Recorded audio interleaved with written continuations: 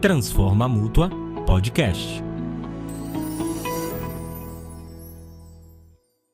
Olá, você que é apaixonado pela engenharia, pela agronomia, pela geociência, ou você tem curiosidade de saber como atuam esses profissionais nessa área, fique ligado, estamos dando início a mais um podcast Transforma Mútua. Programa que conecta ideias e muita transformação. Hoje o entrevistado de hoje é o nosso, posso chamar de bispo, Marcelo Crivella. Muito obrigado. Inclusive eu queria me dirigir ao senhor como bispo, porque sou cristão. Que bom. E como cristão eu prefiro me direcionar ao dom de Deus do que ao da profissão e também o da política. Mas o bispo, ele foi senador, foi ministro da pesca, foi prefeito do Rio de Janeiro. O bispo tem uma longa trajetória na política, né? E muita entrega. Muito obrigado. Engenheiro. E o principal, engenheiro civil. É verdade. Mas o senhor, como engenheiro civil, teve a oportunidade de atuar em projetos que impactaram diretamente a infraestrutura das cidades? E se sim, qual foi a dificuldade que o senhor teve como prefeito, como engenheiro civil, ao assumir a prefeitura do Rio de Janeiro? Olha, quero agradecer muito a oportunidade de estar com vocês aqui, Felipe, Sérgio, também agradecer a companhia do Ranieri, que é um deputado brilhante da nossa bancada do Republicanos. Quando eu assumi como senador, eu trazia no coração as dificuldades que eu encontrava nas obras. Por exemplo, você vai fazer uma obra, você pede um caminhão de cimento e chegam lá sacos de 50 quilos. Operários vão parar, dois vão lá para cima da carroceria do caminhão e vão colocar na cabeça do servente aquele saco de 50 quilos, ele vai correr para o fundo da obra e dar uma cabeçada lá no almoxarifado. Primeiro projeto que eu apresentei, o brasileiro não ter que carregar individualmente nada mais do que 20 quilos. Depois os senadores mudaram para 30 e esse projeto, depois de 25 anos, eu fui eleito em 2002, 2023, aliás, 22 anos, ele está pronto para a pauta na Câmara dos Deputados. Como prefeito tentei aprovar, não consegui lá no Rio de Janeiro, mas agora eu tenho certeza que vai, porque já passou pelo plenário, pelas comissões, e eu acho que será redentor para que os nossos operários não tenham que carregar na cabeça 50 quilos. E lá, por exemplo, no Paraná, na terra do meu irmão aqui, o saco de, por exemplo, milho é 60 quilos. O saco de café é 60 quilos. E o Paraná tem 3 safras de milho por ano. É uma terra maravilhosa, um clima espetacular e um povo extraordinário. Agora, carregar 60 quilos, por exemplo, na minha idade, eu estou com 67. Você já pensou um operário, um agricultor, ou um servente, ou um auxiliar de pedreiro, carpinteiro, que vai ajudar a descarregar um caminhão, porque o guarda está lá na porta da obra dizendo assim, caminhão, vamos embora, vamos descarregar esse caminhão aí, pô. Então você junta todo mundo, 2 caras lá em cima, tchum, tchum, tchum, tchum. Quando a gente chega a uma certa idade, a coluna está arrebentada. Então, demorou 22 anos. As empresas não queriam, não aceitavam e faziam lobby com os senadores, depois fizeram lobby com os deputados, mas finalmente, depois de 22 anos, esse projeto está pronto para a pauta e eu espero que seja aprovado e sancionado pelo presidente da República. Pode ter saco de 50 quilos, mas vai no carrinho de mão. Saco para ser carregado individualmente, seja de agricultura, seja de cimento, no máximo 30. Muito bem. Só para informar, nós estamos aqui com o Felipe Pasqualini também. Felipe do Paraná. Ele que é do Paraná.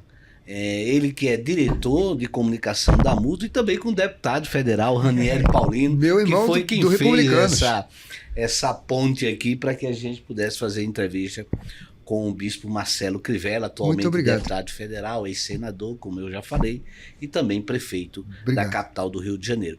Mas o senhor contou uma coisa interessante que eu achei em off aqui, sobre quando o senhor estava fazendo o curso de engenharia. Era oração. Né? Era oração. E depois, quando terminou, você tinha vontade de atuar mesmo como engenheiro? Eu tinha, o meu sonho era construir igreja.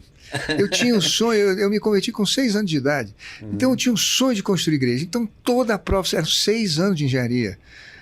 provas complicadas. Os engenheiros que estão me ouvindo sabem disso. Materiais de construção, cálculo 1, 2, 3, era uma confusão danada. Então eu dizia, meu Deus, me ajuda a entender isso aqui, passar nessa prova. Eu não quero fazer nada para mim, eu quero construir igreja, eu quero construir casa para o povo.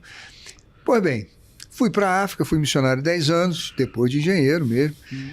Na África também fiz prova na África, tirei meu diploma de engenheiro na África, construí igreja na África, fui responsável técnico. Voltei para o Brasil e um dia, como senador, sou convidado para ir no Confea, ou Confea, como alguns chamam. E quando cheguei lá, um funcionário falou comigo, Crivella, andei olhando aqui a tua ficha, anotação de responsabilidade técnica, ART, sabia que tu é o engenheiro que mais fez igreja no Brasil? Mais de 100 obras de igreja. E eu vi que aquela oração tinha sido respondida. E não é só isso não. Quando eu era senador, tinha um projeto que estava parado há anos no Senado, tinha passado na Câmara, mas não andava no Senado, porque os senadores tinham convicção de que ele tinha vício de iniciativa. Que projeto era esse? Criava o Fundo Nacional de Habitação por Interesse Social e o Fundo Nacional de Habitação por Interesse Social, uma reconstrução do BNH. 2 milhões, era um projeto de iniciativa popular. 2 milhões de brasileiros tinham assinado no Brasil inteiro. Um deles, um operário chamado Luiz Inácio Lula da Silva, nessa ocasião, presidente da República. Aí eu falei, meu Deus do céu, eu vou convencer meus colegas de que isso aí, nós vamos passar isso é importante. E levei para a CCJ a seguinte tese. A Constituição diz que todo poder emana do povo. Tudo bem que nós não podemos criar despesa para o Executivo, que é a separação dos poderes. Mas um projeto de iniciativa popular, o poder não emana do povo? Como é que o povo vai ter visto iniciativa? Não pode ter. Foi uma discussão danada. Na época, Roberto Jefferson não, Roberto, que era senador lá de Manaus, ele era um jurista. E ele dizia... Jefferson Pérez. Isso não pode, eu vou entrar com o Madino. Tá. No final, votamos no plenário, na comissão, passamos. Presidente Lula me chamou, inclusive, para a sanção. Na sanção, ele colocou R$1 bilhão no fundo. E aí surgiu o quê? O Minha Casa Minha Vida. Quantas casas nós já fizemos? Apartamentos para o povo. 7 milhões. E eu fiquei muito feliz. Tenho certeza que Deus respondeu aquela oração que eu fazia durante os 6 anos na faculdade. Durante a sua gestão como prefeito da capital carioca, quais foram as obras de infraestrutura que o senhor assim, diz assim, esse legado aqui eu deixei e vai ficar... Mais importante? Mais importante. A troca da iluminação pública. O Rio de Janeiro tem 650 mil lâmpadas e uma empresa chamada Rio Luz. Irmão Ranieri, essas lâmpadas a gás, elas queimam o tempo todo.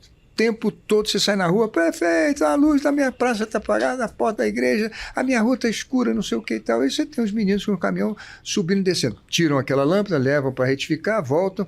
Quanto é que a gente pagava de conta de luz? 20 milhões por mês.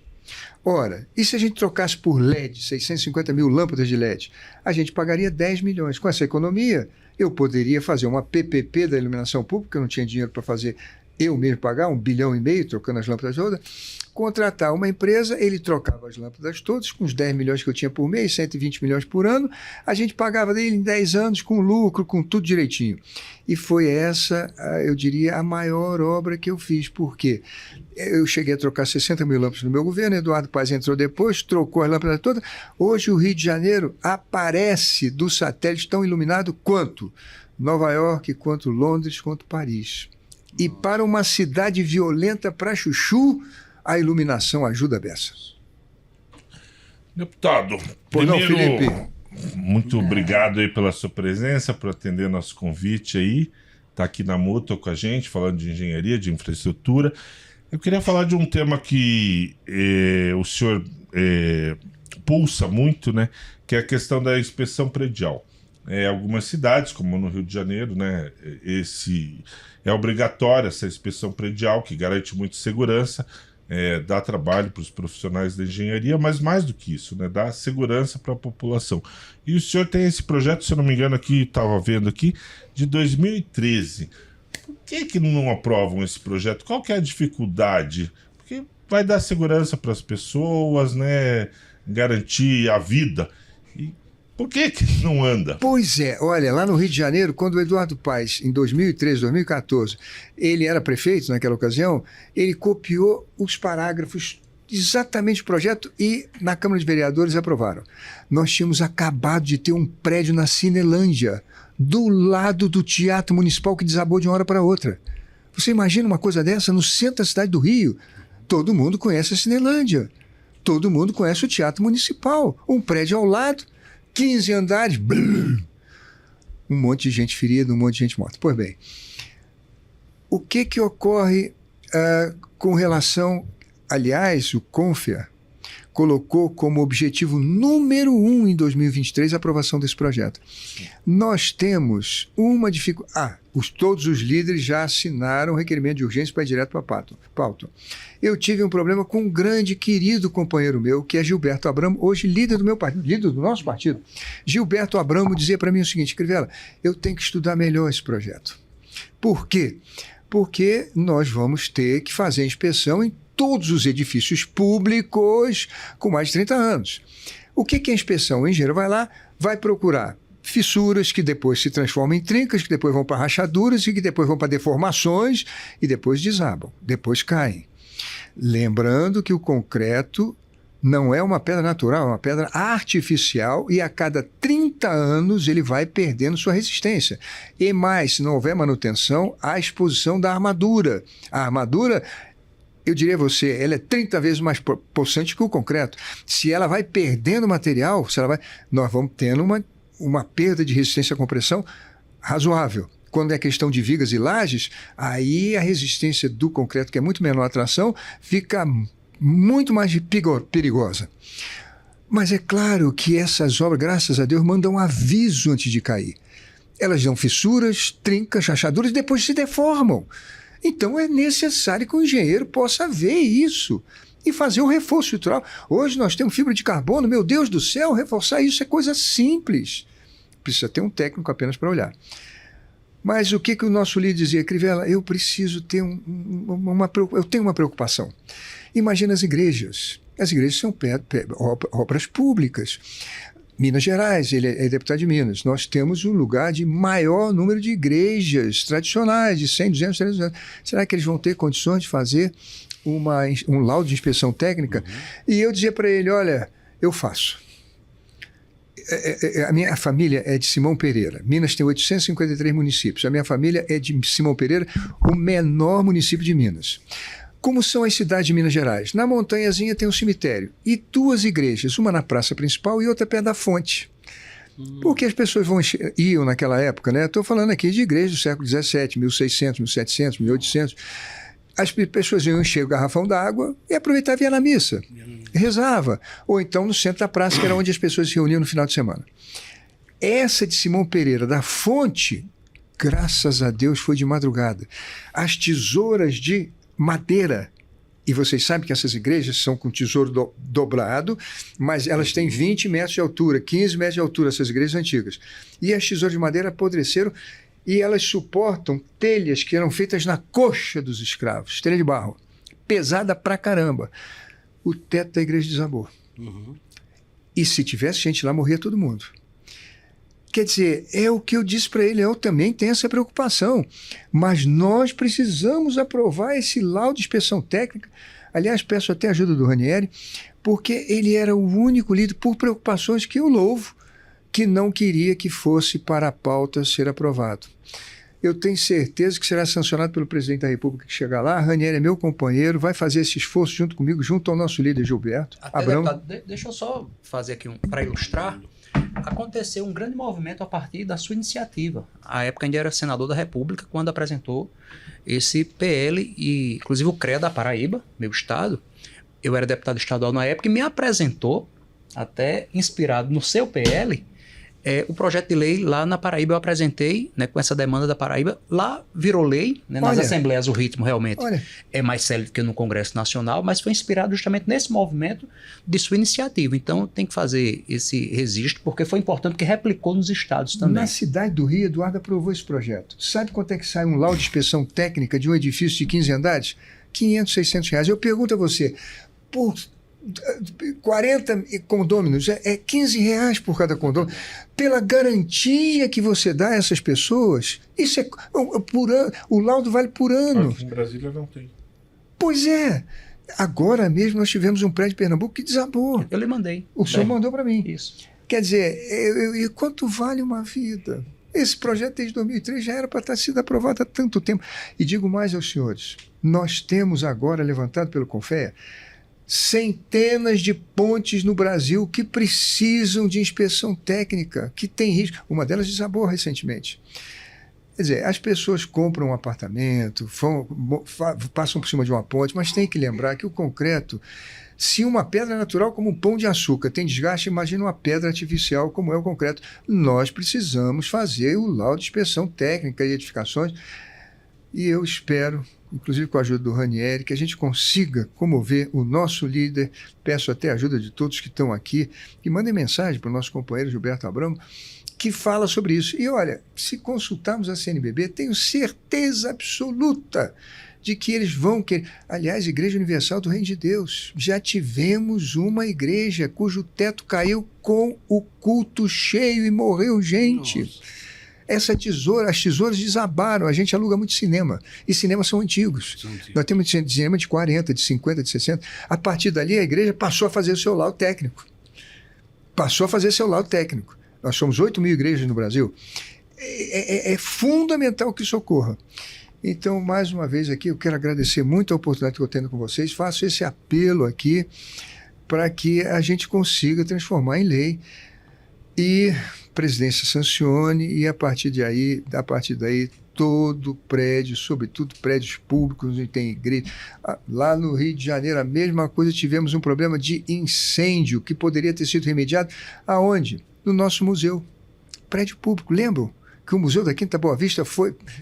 perdemos obras extraordinárias. Se tivesse feito um lite ali, nunca que ele ia ter pegado fogo. Pois é.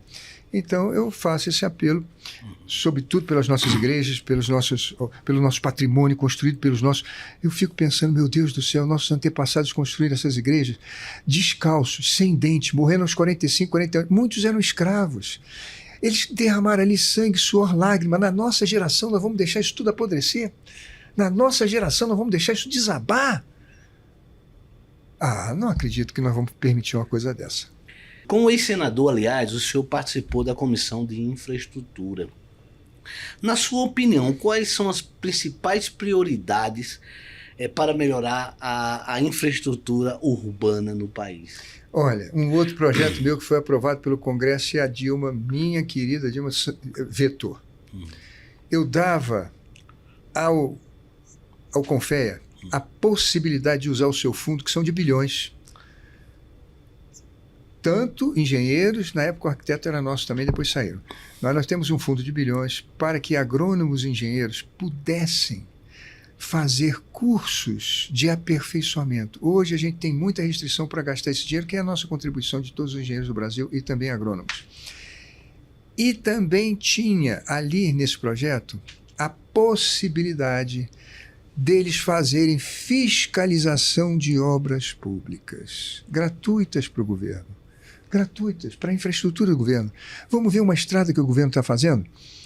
Vamos ver uma estrada? As pessoas dizem assim, aqui no Brasil tem corrupção, sobrepreço, superfaturamento. É verdade. Eu, quando assumi o Rio de Janeiro, eu encontrei, no projeto, a Transcarioca era para ter 20 centímetros de espessura, o máximo que eu encontrei foi 7.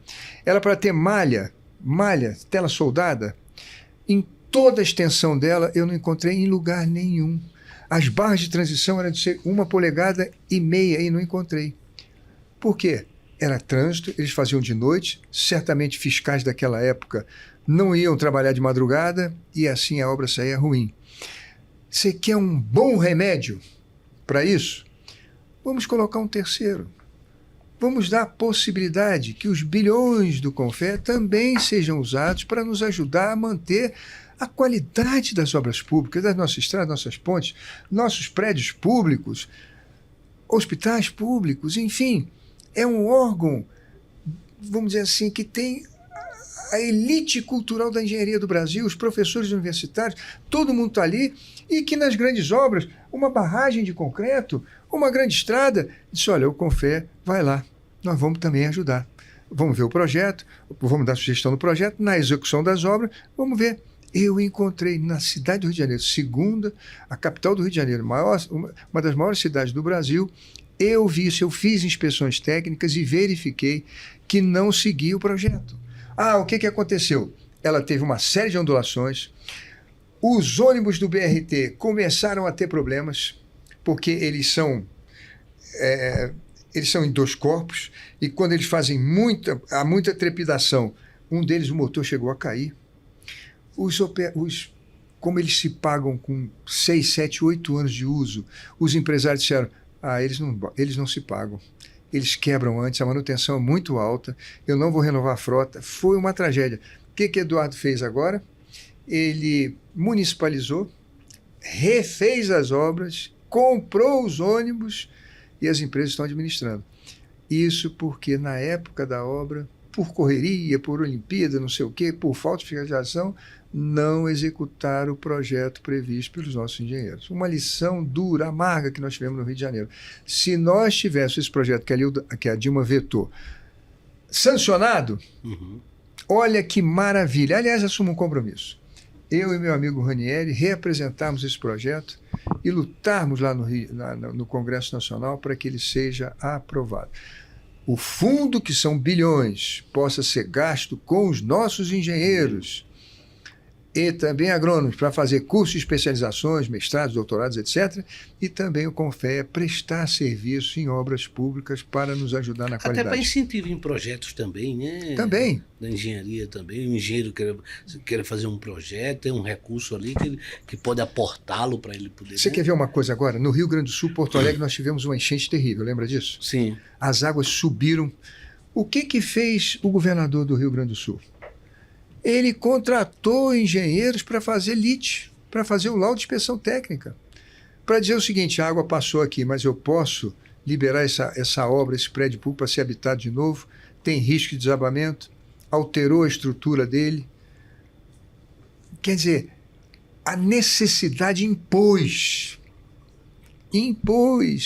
Qual foi o preço que ele pagou por cada laudo de inspeção técnica? R$300. R$300 ele pagou pelo laudo. O sujeito faz 10 laudos, 20 laudos, tem engenheiro que fez 100 laudos. Mas o importante é o seguinte: olha, fiscalizei, verifiquei a estrutura, verifiquei o telhado, verifiquei a instalação elétrica, não há risco de incêndio, não há risco de desabamento. Está lá, assinou o engenheiro, pronto, acabou. Deputado, queria fazer uma pergunta. O senhor é engenheiro e político. Por que tem tão poucos engenheiros na política, né? Se pegar o Congresso Nacional, são raros os engenheiros que exercem mandato, né? E mesmo nos cargos públicos, onde deveriam ter engenheiros, muitas vezes os gestores nomeiam advogados, outras profissões, né? Por exemplo, o secretário de urbanismo, né? É importante que seja engenheiro, que tenha conhecimento técnico como o senhor tem. Por que o senhor vê essa discrepância, essa falta de engenheiros na política? Olha, o senhor sabe, eu vejo que há muitos engenheiros no mercado financeiro. Pela capacidade que eles têm de fazer contas, a genialidade deles de prever, olhando o passado, pragmaticamente, o que vai acontecer no futuro. Por exemplo, o Banco Itaú está cheio de engenheiros. Outra coisa, o engenheiro, ele se apaixona pela resistência dos materiais, pelo cálculo estrutural, e ele passa a ir para dar aula. Tem muito engenheiro também que é professor, está na magistratura. Quando o ministro, o senhor da pesca e da aquicultura, o senhor liderou diretamente com a produção aquícola, né? Como a engenharia pode contribuir para o desenvolvimento sustentável desse setor, especialmente em um país com tantos recursos hídricos? Olha, a engenharia pode contribuir muito. Hoje o Brasil produz 2 milhões de toneladas de peixe. 2 milhões de toneladas de peixe dá 2 bilhões de quilos. 2 bilhões de quilos. Vamos dizer que o preço do quilo esteja aí a R$6, R$7. Então nós estamos falando de 140 bilhões de reais a economia da pesca no Brasil. O que ocorre com a pesca é que nos continentes nós temos uma variedade imensa de peixes do lado direito e do lado esquerdo, uma quantidade gigantesca de um peixe só. O maior produtor de peixe da América do Sul é o Peru, com anchoveta, mas só tem anchoveta. É uma falha na placa tectônica, de onde vem fitoplânctons e zooplânctons, e cria ali, sozinho o Peru, 3 milhões de toneladas de peixe. E o Brasil com 2 milhões. O Brasil é muito maior do que o Peru. Mas lá é só Uma anchoveta. O Brasil tem tudo que você possa imaginar. O Brasil tem atum, o Brasil tem tudo. Enfim, mas a quantidade é menor. Aonde a gente pode, com a engenharia, fazer do Brasil um grande produtor de pescado? Na aquicultura, nos tanques. Se nós liberarmos 5% de todos os reservatórios que nós temos das hidrelétricas brasileiras e dos açudes construídos no Nordeste para a questão da seca, o Brasil com 5%, Ranieri, de um reservatório, por exemplo, de Três Marias ou de uma Itaipu, 5% você colocar tanques para a criação de tilápia. Você passa de manhã, joga a ração, vai embora cuidar da vida, de noite você joga a ração e 4 meses depois você vem ali e pega o peixe. Sabe quanto a gente poderia produzir? Nós poderíamos produzir 20 milhões de toneladas, dobrar em 10 vezes a nossa produção. Paraná, do Felipe, seria um dos maiores produtores, as grandes... O Paraná é um dos maiores produtores de agricultura do nosso país. Eu pergunto, Felipe, se antes da gente regar nossa planta, se antes da gente regar o nosso milho, nós fizermos uma represa e nessa água nós criarmos peixe e o cocô e xixi do peixe ajudar a gente a fertilizar toda a nossa produção, nós vamos produzir milho, mas antes do milho, com essa água do milho, eu vou produzir tilápia. O que está faltando para isso? Engenharia. O meio ambiente. Mas o meio ambiente diz o seguinte, o cocô e o xixi do peixe pode ter um impacto, a gente não tem ainda estudos e tal. Não, a engenharia tem boias que podem ser colocadas nos reservatórios com ligação direta com os nossos satélites da Brasilsat, dizendo como é que está o pH daquela água, quanto que ela tem de poluição, o de oxigênio, tudo que tem ali, ela mede. E se no Brasilsat, com o acesso de todos os brasileiros, inclusive o pessoal do meio ambiente, eles verificarem que ali teve qualquer impactozinho, então a gente diminui a produção. A engenharia tem uma grande contribuição para dar no aumento da população e o Brasil se tornar um dos maiores produtores de peixe do mundo. Hoje é a China, mas nós temos uma capacidade de ser muito maior do que a China. Em toda a sua trajetória política, aliás, o senhor defendeu muito o fortalecimento da educação e da capacitação profissional. Como é que a formação em engenharia pode preparar futuros líderes para enfrentar os desafios do desenvolvimento urbano? Olha, eu tenho a impressão que nós vamos precisar da nossa engenharia muito mais do que nos projetos, mas na fiscalização das obras. As obras públicas sofrem não só com sobrepreço e superfaturamento, mas sofrem também com a qualidade. Por isso é que eu acho que seria espetacular, maravilhoso, seria um passo imenso na direção do nosso progresso se toda a universidade pública ou privada de engenharia pudesse ter convênio com os municípios do Rio de Janeiro, com os municípios do Brasil, com os estados do Brasil e dissesse para eles, olha, professores, os seus alunos vão estagiar nas nossas obras públicas. Sejam prédios, sejam pontes, sejam metrôs, seja o que for. Nós queremos os seus alunos conhecendo o projeto, verificando a execução da obra, aprendendo na prática como é que se faz aquilo ali, como é que se transforma o projeto, o papel em realidade e fiscalizando para verificar se as qualidades, se os corpos de prova, se o aço utilizado, se a resistência do concreto está de acordo com o que foi previsto. A engenharia, eu diria a você, não só as universidades, mas também o CONFIA. Por isso, eu e ele assumimos aqui um compromisso de voltar àquele projeto que a Dilma, infelizmente, vetou depois do Congresso ter aprovado. Eu não era mais, eu estava na prefeitura, não tive... Dar continuidade. Não, eu queria derrubar o veto dela. Hoje a gente consegue derrubar. Naquela época, não se tinha hoje o dispositivo que nós temos no Congresso de analisar os vetos dos presidentes, ficava no arquivo. O sujeito vetou, larga para lá.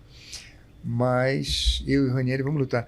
E até podemos fazer isso, Ranieri, convênios com as universidades. Não só com o CONFEA, mas a universidade, nos últimos anos, não é? Nos últimos anos é preciso fazer estágio para que esses rapazes até recebam uma certa bolsa do governo, participem de todas as obras públicas desse país e nos ajude a fiscalizar, para que elas tenham qualidade e, vamos dizer assim, estejam à altura do esforço e sacrifício que o povo faz com seus impostos. Agradecendo, vocês já estamos chegando no fim. Você vê como tem uma visão, né, grande, né, de várias áreas, o senador, o bispo, militar, deputado, prefeito, né, ministro, engenheiro civil, sobretudo, sua presença aqui Muito obrigado. se dá, inclusive, especialmente por essa qualidade de ser engenheiro civil, por ter apresentado um projeto de relevância, de segurança, sobretudo de segurança assim, salvaguardar a integridade física e patrimonial dos cidadãos brasileiros. Então, louvamos, estamos, eu digo em meu nome pessoal, mas naturalmente em nome do presidente Joel Krieger também, presidente da Mútua, né, com todos os esforços para aprovar esse projeto que é importante, né, para o fortalecimento do país, da engenharia. Então, agradecer sua presença. Muito obrigado. Volte sempre aqui à Mútua. A Mútua é a caixa de assistência dos engenheiros. Então, aqui é a casa dos engenheiros. Então, aqui o senhor está em casa também. Falo isso em meu nome próprio, mas em nome de toda, né, uma equipe aqui que assessora o nosso presidente Joel Krieger. Então, muito obrigado. Parabéns também, cumprimentar a sua assessoria, que estava em contato comigo e permitiu que esse momento acontecesse. Então, muito obrigado, seja muito bem-vindo. E pode contar, deputado, com o apoio da Mútua, da diretoria obrigado. da Mútua, né? São 5 diretores, em todos esses projetos aí, que os senhores são todos engenheiros aqui, né? Então, o senhor tem nosso apoio e a nossa força política para apoiar os seus projetos aí, que são muito importantes para o desenvolvimento do país. Muito obrigado, Felipe. Bom, nós acabamos de entrevistar o engenheiro civil, bispo, ex-senador, ex-ministro e atualmente deputado federal Marcelo Crivella. Bispo, sinta-se à vontade para o senhor colocar algo que o senhor acha necessário, que não foi abordado aqui, mas que o senhor acha relevante para que os nossos, as pessoas que nos acompanham nas redes sociais, que curtem um podcast, possam ficar também sabendo. Muito obrigado. Eu quero agradecer demais a vocês por ter falado aqui dos nossos projetos. Agradecer demais ao Felipe, que também vai ficar ao nosso lado, para que a gente possa, de repente, fazer uma audiência pública, nos ajudar na aprovação desse projeto que a Dilma vetou, quer dizer, o Congresso já aprovou. Já foi aprovado pelo Congresso, quer dizer, não acredito que o Congresso em tão pouco tempo tenha mudado de ideia. Não acredito que a gente tem chance de fazer com que os recursos, que são bilhões de reais hoje no CONFEA ou CONFEA, possam ser usados para que os nossos engenheiros e arquitetos tenham acesso a cursos de especialização no Brasil e no resto do mundo, nesse tempo de tecnologia, e também possamos podemos até botar uma palavrinha voluntária, voluntária, para que não fique uma coisa de ameaça ao presidente da República. Eu estou aprovando uma lei que agora vão fiscalizar minhas obras, daqui a pouco vão dizer que não sei o quê. Não, é voluntário, você chama a gente, nós temos recursos, não vamos precisar do seu dinheiro, não. Nós temos o fundo nosso. E que a gente possa, então, também ver se os nossos engenheiros, a partir do quinto, sexto ano, possam participar também das obras públicas. Acho que isso será um passo enorme em direção ao nosso progresso. Quero agradecer mais uma vez a vocês. Dizer que fui engenheiro também na África, que segue o padrão de engenharia da Inglaterra. Os países que eu vivi eram países de colonização inglesa. Digo a vocês que eles são muito mais conservadores do que a gente. Uma laje lá não tem menos de 20 centímetros de espessura. Aqui a gente tem laje de cobertura com 5, 6. Mas que me ensinou na minha vida profissional de que não se deve economizar na engenharia. Na engenharia não se deve economizar. As pessoas colocam a vida inteira para comprar um Minha Casa Minha Vida. Então, aquele Minha Casa Minha Vida precisa realmente ter um padrão de qualidade para que ela possa passar aquilo para os seus filhos e para os seus netos e que haja sempre um engenheiro disposto a fazer um laudo para que qualquer problema seja corrigido a tempo, sem colocar em risco a vida das pessoas ou, como disse o meu irmão Ranieri, o patrimônio das pessoas. Muito obrigado, Deus abençoe a todos e foi um prazer enorme estar com vocês. Pois bem, estamos encerrando mais um programa Transforma Mútua Podcast, programa que conecta ideias, conta histórias e, claro, muita transformação. A Aproveita, vai lá nas redes sociais, ativa o sininho, segue as redes sociais da Mútua, compartilha e curte. Até a próxima oportunidade, se Deus assim nos permitir. Obrigado.